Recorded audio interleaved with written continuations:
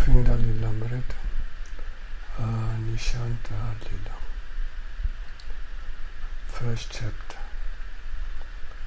verse 19. The calls of the peacock and the rooster. Who else but Kṛṣṇa can topple Śrīmati Rādhārani's mountain-like self-control? And who, besides Rādhā, is the chain that can hold the intoxicated elephant, Kṛṣṇa? Is it to ask these questions that the peacocks resound Ṭīkā, Ṭīkā? Explanation. The peacocks make the sound Ṭīkā, and the meaning in Sanskrit is that the word K is the masculine interrogative pronoun, meaning who or what man. Here Kṛṣṇa thus interprets the peacock's cry as a question. Who besides Kṛṣṇa can topple Rādhā's self-control, which is solid as a mountain? Similarly, Ka is the feminine interrogative pronoun, meaning who or what woman. What other woman beside Rādhā can chain the drunken elephant to one spot? The word chain, śṛīkhalā, is used to describe Śrīmati Rādhārani in Gita-Govinda of Jayadeva Goswami. Kaṁsa api sansara vasana bada śṛīkhalā Rādham ādaya hridai tatyaj Vraja sundari. Even though he is the destroyer of the asura Kaṁsa, Kṛṣṇa is chained to his desire to enjoy the rasa dance, embodied in Śrīmati Rādhārani.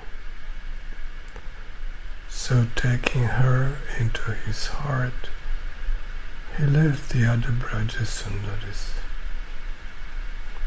That was from Gita-Govinda, 3rd chapter, 1st verse. In other words, Kṛṣṇa is entirely dependent on Rādhā, which is his hladini śakti, pleasure-giving potency, for enjoying his Līlās. The peacocks are thinking Rādhā Govinda's mutual attraction has now become unfavorable and their situation precarious, for they have forgotten all fear, modesty and family. So we shall awaken them with the pleasant kirtan of their glories. Back to Govinda-Līlāmṛta, verse 20. Just as a Brahmin boy just as Brahmin boys recite the Vedas in the early morning with hrasva, short, dirgha, long, and pluta, extended syllables, the roosters call out, cuckoo, cuckoo. Ṭīkā. Ku means inauspicious. When the roosters call cuckoo, cuckoo, they are in effect informing the divine lovers that for two lovers who are paradina, that means under the guidance or guardian's jurisdiction, sleeping together in a distant forest kunja at daybreak could certainly have the most catastrophic and inauspicious consequences.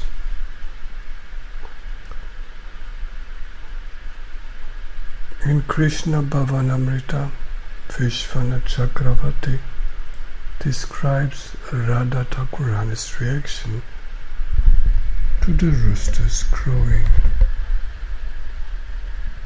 In her mind, she first curses them. "Oh roosters, why don't you go to hell and wake up Yamaraj? You are unfit to remain in my Ananda Vrindavan, creating such a displeasing racket." After a moment, the roosters stop. So Radhika thinks, "My curse must have worked. The roosters have gone to hell, and morning's arrival has been delayed." And so she goes on dozing in Krishna's embrace. But then, a moment later, the shrill cries of the roosters starts up again, and Srimati reawakens with a start. "Oh roosters, please forgive me. Just allow us to rest a little longer." That was from the first chapter of Kṛṣṇa Bhavanamrita. Normally one greets a person in the morning with pleasing and auspicious words, wishing them a nice day, suprabhatam. The roosters, however, repeatedly recite ku, which means the opposite. For their impoliteness, Rādhā Thakurani speaks to them sarcastically. Verse 21. Hearing the birds, Rādhā and Kṛṣṇa sense the night ending. Yet each is unaware that the other is awake, dreading the thought of having to abandon their pleasurable embrace. They keep their eyes tightly closed and pretend to be asleep. Shri Radhika's pet Śarī, named Mañjubhāsini, sits in a bright golden cage in a corner of the Līlās mandir. This learned female parrot has witnessed Rādhā Govinda's most intimate pastimes throughout the night. She begins reciting selected verses as follows. Jaya Jaya Kṛṣṇa Chandra, friend of Gokul, Jaya Vrindavanat, the ocean of rasa. Please rise up from your flower bed, even though it is as refreshing as the moon.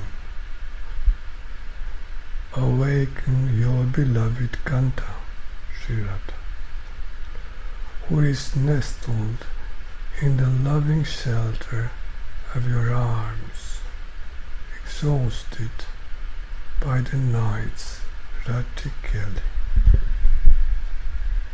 Ṭīkā. From verses 23 to 37, the Shukas and Śarīs recite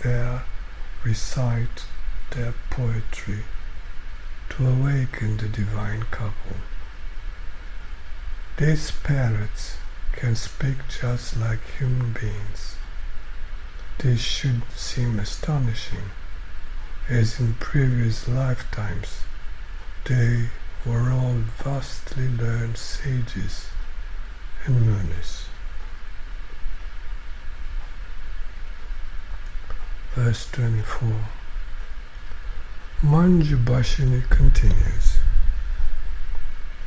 Hey Vraja, the sun is swiftly rising out of its natural cruelty to the love-lorn Vraja Kishoris.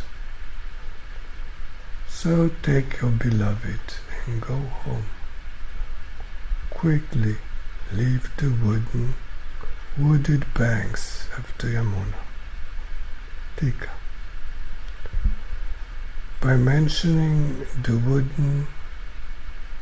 wooded banks of the Yamuna, Mañjubhāsini warns Rādhā and Govinda that the Brajavasis could discover the two of them when they come for their early morning Yamuna Snan. Then Mañjubhāsini addresses Rādhā. O lotus-eyed Sakhi, O chaste one, your limbs are slack with fatigue from love-making, so there is no fault in sleeping with your Līlās Nagar in the Kunja. Even so, just look at the eastern sky, which is red with anger, because just like Chandravali's other friends, she cannot tolerate your happiness. Ṭīkā. When Kṛṣṇa spends the night with Chandravali, Rādhā suffers greatly. Then it seems to Rādhā that the sun is taking ages to rise. On the other hand, when Rādhā passes an evening with Kṛṣṇa, it seems that the eastern sky becomes red with jealousy in no time at all. Thus, Mañjubhāsini portrays the dawn as Rādhā's adversary, like Chandravali.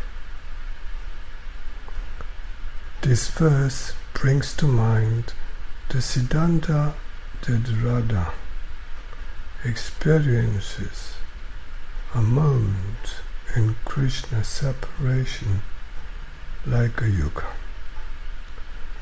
But when she is with Kṛṣṇa, her yoga flies by like a moment. This is one of the great signs of Madanakhya Mahabhav. Gora Premanand.